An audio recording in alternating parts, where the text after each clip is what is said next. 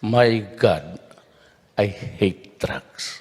Nagbitiw na sa pwesto si PNP Chief General Oscar Albayalde. Inanunsyo niya ito sa flag ceremony sa Camp Crame kaninang umaga. Nadiin si Albayalde sa questionableng drug raid sa Mexico, Pampanga noong 2013. Siya kasi noon ang Provincial Director ng Pampanga Police. Lumutang ang mga aligasyon laban kay Albayalde nang dinggin ang issue sa Good Conduct Law. Si Lieutenant General Archie Gamboa ang magsisilbing officer in charge ngayon ng PNP. Over the weekend, I had the opportunity to talk to the SILG Secretary Eduardo Año about the events that have transpired in recent days, particularly the Senate investigation on the alleged Agaw Bato issue in which I am being implicated.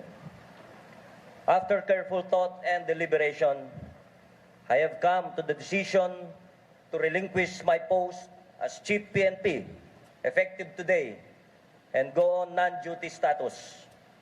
I have submitted my letter of intent to Secretary Año, which he accepted and favorably endorsed to the President. Since I am retiring compulsory on November 8, 2019, this will pave the way for the appointment of my replacement should the President so desire. On the matter of the Senate investigation in regard which I have been implicated, let me recall the following. The incident happened on November 29, 2013. Records will show that I was not included in the validation conducted by the Regional Intelligence Division 3 and the Regional Criminal Investigation and Detection Unit 3 on the alleged irregularities on the conduct of the bypass operation. Because of alleged irregularities, criminal proceedings were instituted by the Criminal Investigation and Detection Group before the Department of Justice on May 12, 2014 against those allegedly involved. I was not among those named as respondent. In a resolution approved on June 8, 2017 by City Prosecutor George G. Catalan, Jr., Acting Prosecutor General, the complaint against all the respondents for violation of Section 27 and 29 RA 9165 were dismissed for insufficiency of evidence, and the complaint of Section 32 of RA 9165 was likewise dismissed for lack of probable cause. Concurrently, administrative proceedings were instituted by the Police Regional Office 3 on the same incident, and again, I was not among those charged. I was Provincial Director of Pampanga Police Provincial Office at the time. As a result of the incident, I was placed on floating status at the Regional Personnel and Holding Unit at Piaro 3 for 8 months. On July 1, 2016, I was appointed Director of the National Capital Region Police Office, which position I held until my appointment to my present position as Chief of the PNP on April 19, 2018. No protest was made on my appointment. Implicitly, it may be assumed that the President himself was aware of my appointment to that position. In light of those circumstances, the charges before the Senate and the testimonies given were apparently inspired by the publicity which has accompanied the Senate investigation. I thank President Rodrigo Roa Duterte for his trust and confidence and for giving me the opportunity to lead the Philippine National Police and serve the Filipino people. In my 1 year and 6 months as Chief PNP, I have served my country well.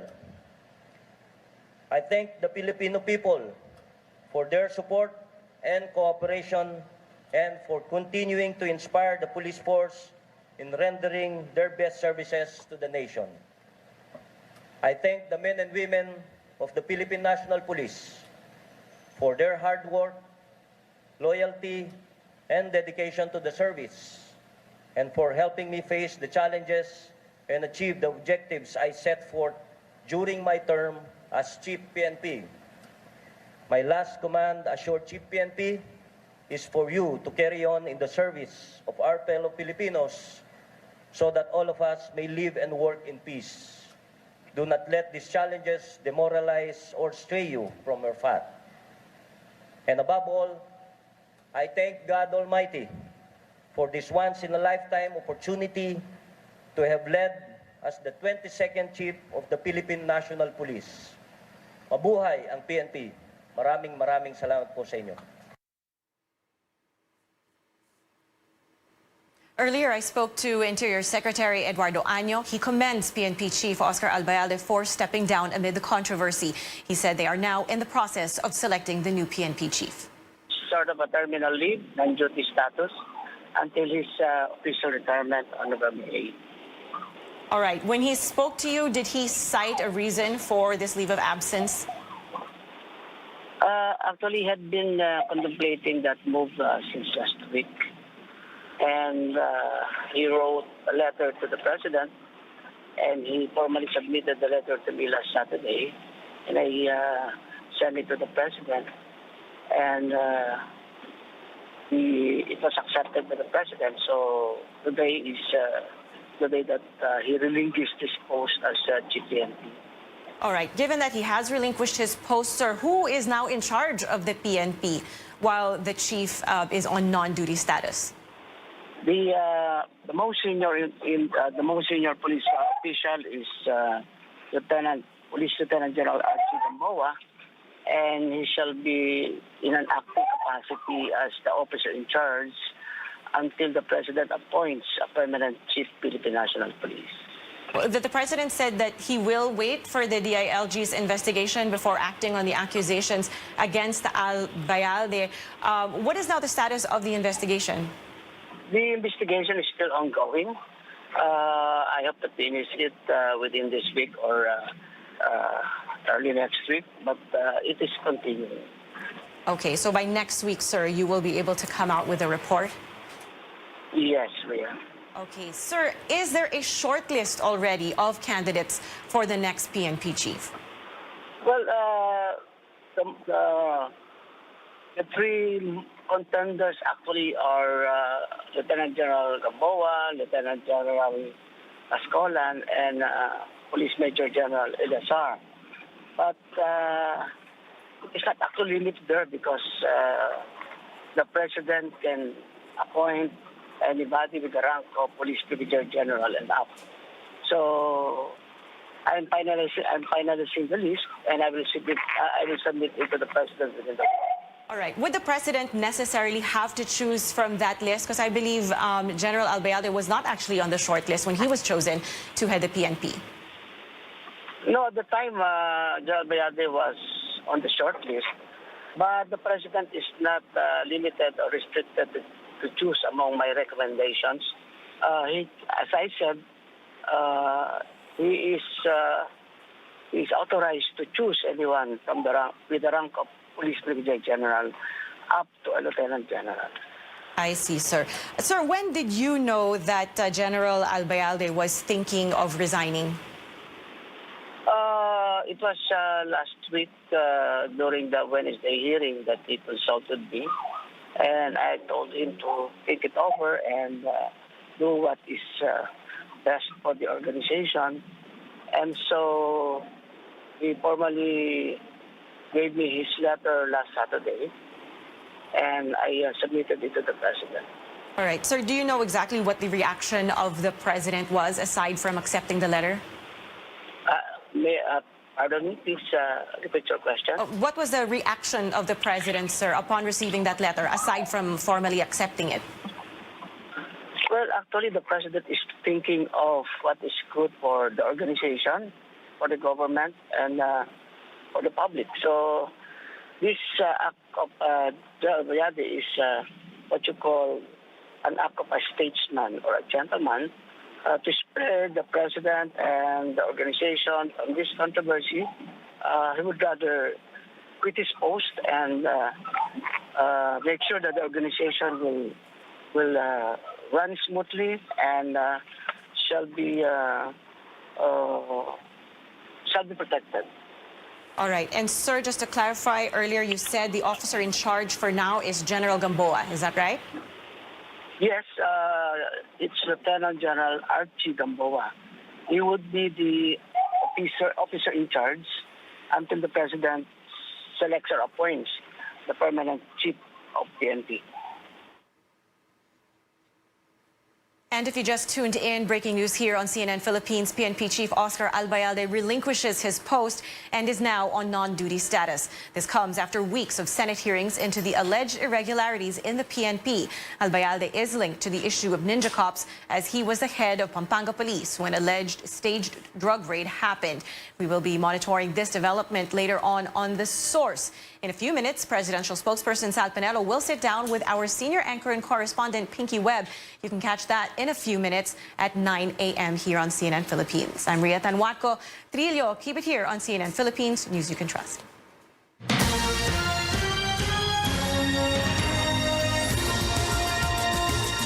With Trivago, you can set a price range and compare offers from hundreds of different websites worldwide to find the ideal hotel for your loved ones. Hotel Trivago.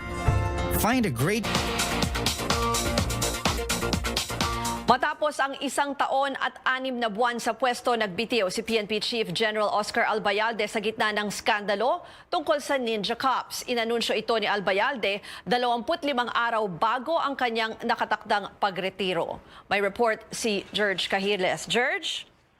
Well, Ruth, ang kaninang flag ceremony nga ay kinabigla ng karamihan na nag-attend kanina itong announcement ni Chief PNP Albayalde na siya ay bababa na sa kanyang pwesto.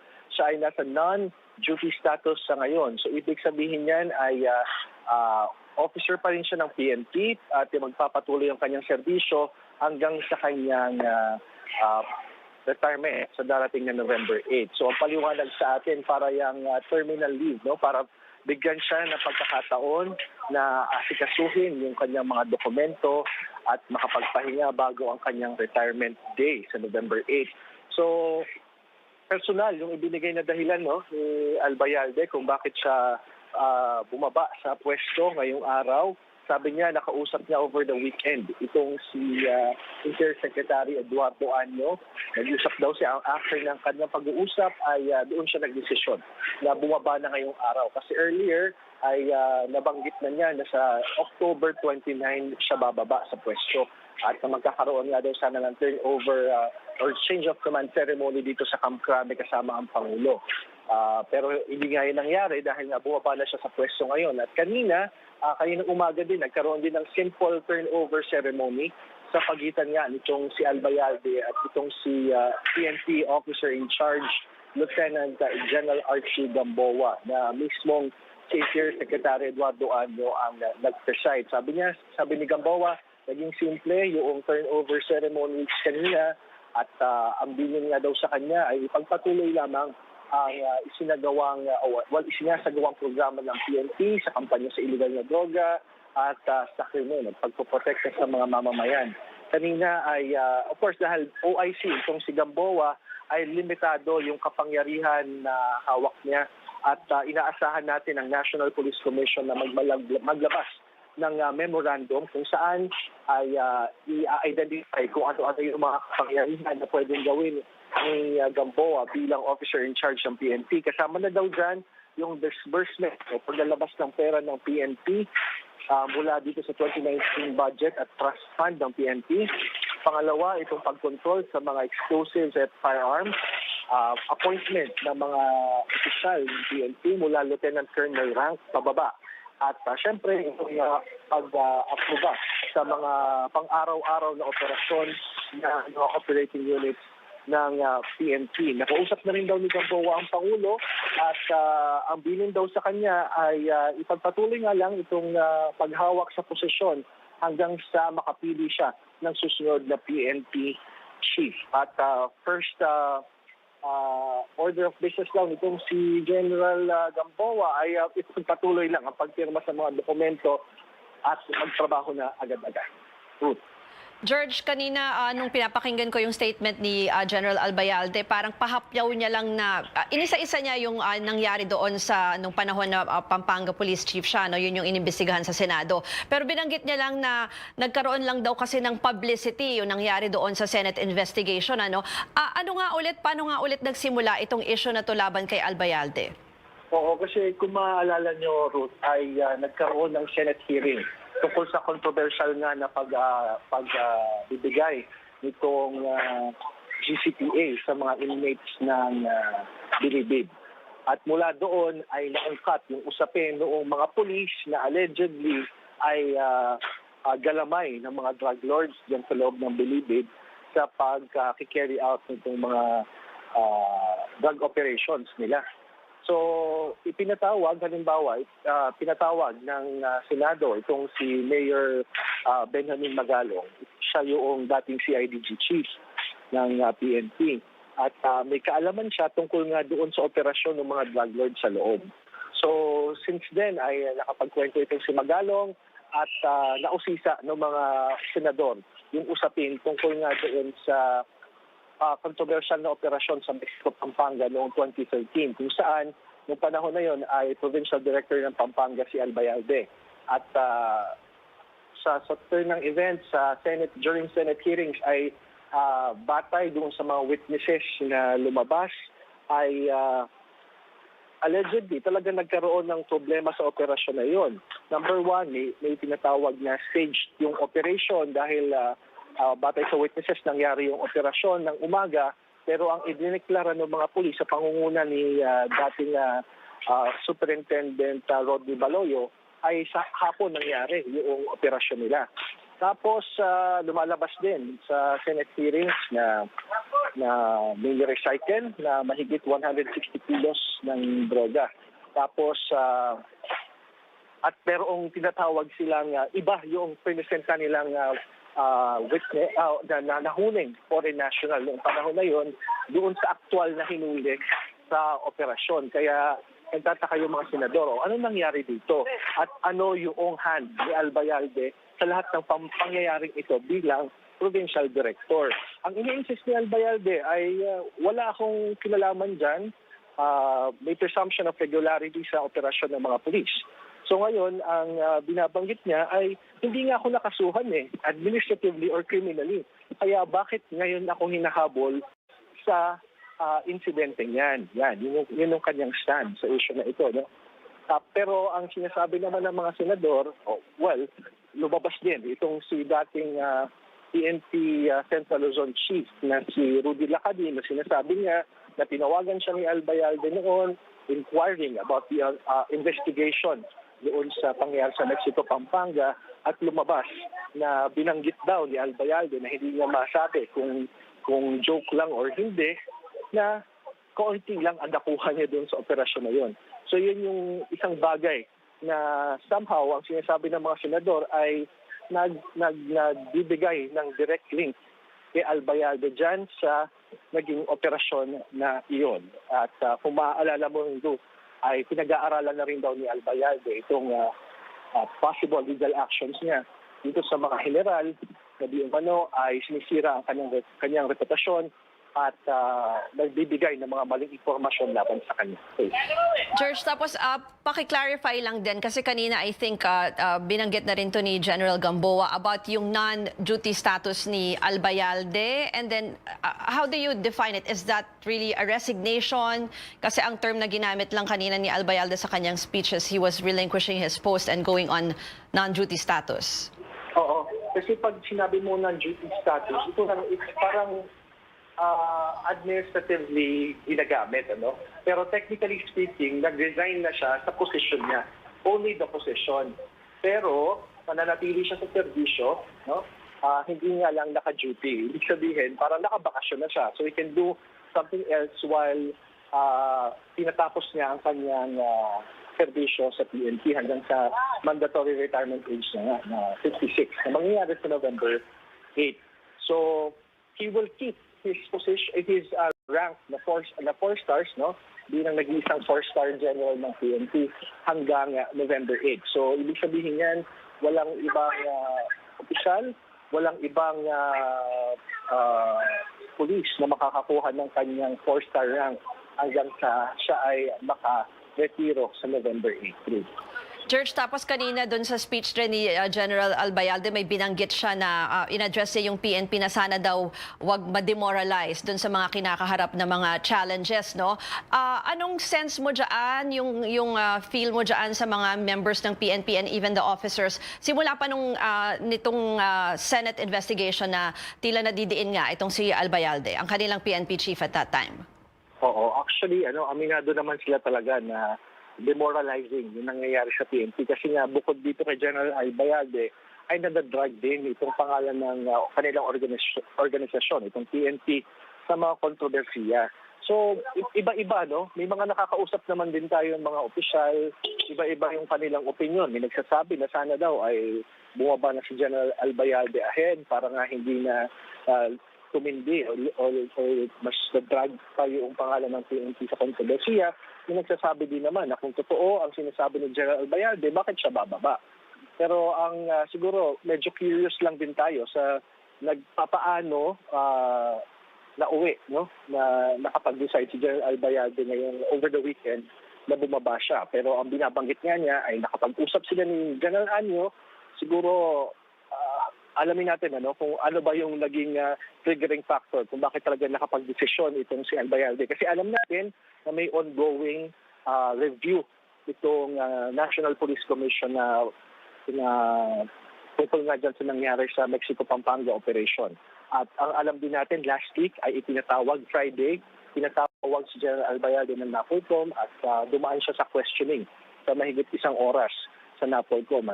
So, yun yung isa pa nating inaantabayanan kasi maaari daw na malaman natin doon through that review kung meron ba talagang liability si General Albayalde sa Mexico-Pampanga operation in 2030.